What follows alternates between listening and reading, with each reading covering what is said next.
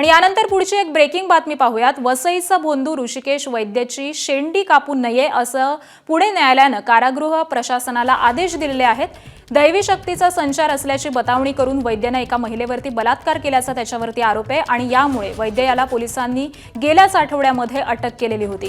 काल त्याची पोलीस कोठडी संपल्यानंतर त्याला येरवडा कारागृहामध्ये पाठवण्यात आलेलं आहे। यावेळी वैद्य याच्या वकिलांनी वैद्य याच्या डोक्यावरील शेंडी ही धार्मिक बाब आहे, ती कापू नये अशी विनंती केलेली होती आणि याबाबत अर्ज केल्यानंतर न्यायालयानं हे आदेश दिलेले आहेत।